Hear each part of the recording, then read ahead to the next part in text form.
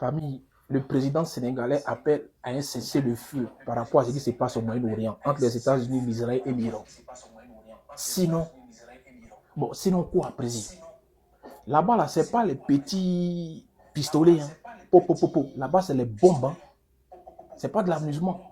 Là-bas, là, c'est les bombes. Je ne sais pas sur quoi vous comptez pour défier ces grandes instances, mais c'est pas amusement, c'est parti. Bien dit, toute l'Afrique même réunie vont nous bombarder un matin. Je ne sais pas si vous comptez sur quoi, mais c'est parce que c'est pour dire juste on a participé à un cessez-le-feu. C'est nous les Goliaths. Vous les Sénégalais, vous pensez que c'est la lutte. Vous pensez que c'est ce que vous voulez faire au Maroc là. Vous pensez que c'est ça. C'est pas amusement. C'est que vous avez fait le président qui a s'amusé son pays là. Ils vont réduire ça en cendres.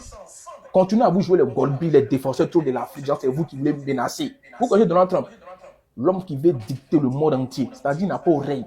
Le pays qui s'amuse, il a dit, même pays même qui ne connaît pas l'existence, il va bombarder. En tout cas, Sénégal est prévenu. Donc, votre président est venu se jeter dans la gueule du loup. Ça va risquer On péril. a vu le président français. C'est vrai.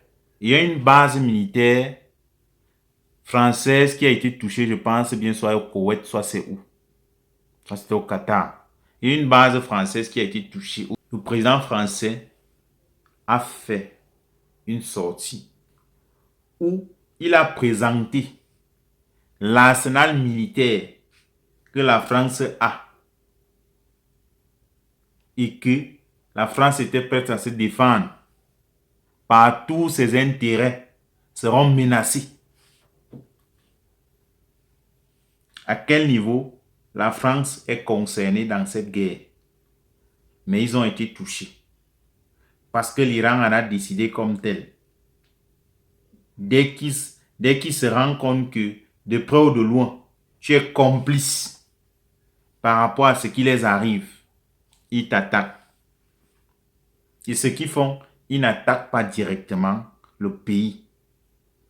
Ils attaquent les bases militaires, les entreprises. Donc, ce qui est important dans le Golfe, ce n'est pas la France qu'on a attaqué, hein, mais le président français, Emmanuel Macron, a fait une sortie. Pourtant, ce n'est qu'une base militaire. Il a fait une sortie. Et il n'y a même pas eu de mort. Il y a juste eu des dégâts matériels.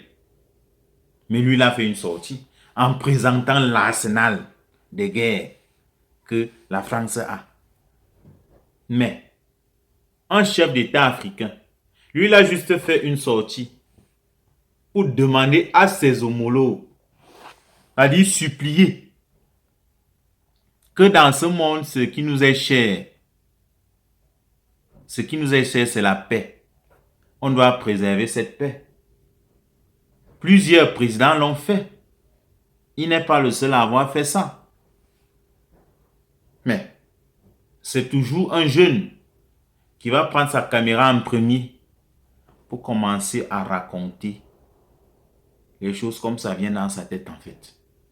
Sans toutefois se poser des questions par rapport à ce qui est en train de se jouer, ce qui se passe. Ce qui veut dire qu'il n'a rien compris du mode de fonctionnement de ce monde. Donc, son cerveau a été dilué dans les clashs, les lives inutiles, les buzz. C'est là-bas que son cerveau a été dilué, c'est devenu lolo.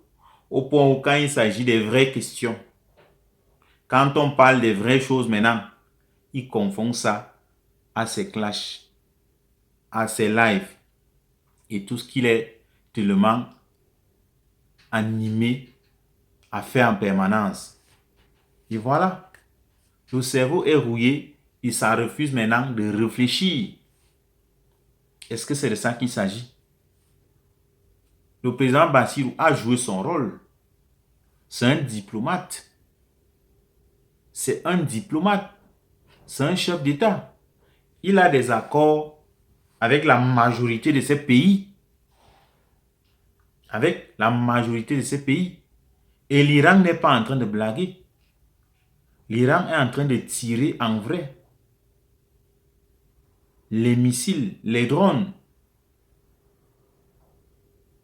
Imagine un peu. On lance un drone ou bien un missile. Peut-être qu'il est contrecarré. par la zone qui doit être attaquée. On change de direction de ce missile-là ou bien ce drone-là. Ça frappe ailleurs. Je ne souhaite pas quelque part en Afrique. Nous, jeunes Africains, essayons un peu de ne pas souvent faire ce genre de sortie. Ayons le droit de réserve. C'est-à-dire, si on n'a rien à dire, on se tait. On écoute ceux qui comprennent ce qui se passe. On apprend. Et on devient cultivé. Au lieu de se précipiter, à prendre sa caméra pour dire des choses qui peuvent causer du tort à tout un continent, à toute une génération. Parce qu'on ne mesure pas la force des réseaux sociaux. On ne mesure pas la puissance de l'information. Si on avait compris le pouvoir et la puissance de l'information, on va faire l'effort de partager la bonne information. On va faire l'effort d'être toujours du côté de ceux qui ont l'information puissante. Oui. Mais malheureusement, on utilise les médias de société chez nous. On ne sait même pas à quoi ça rime, à quoi ça sert. C'est quoi notre rôle? On devrait voir un jeune Africain qui est en train de faire une sortie qui viendrait appuyer ce que le président Bassirou a dit. Appuyer, appeler les jeunes Africains à multiplier les sorties.